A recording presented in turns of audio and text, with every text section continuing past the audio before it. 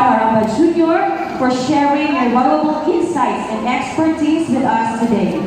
As a small token of appreciation, please accept this.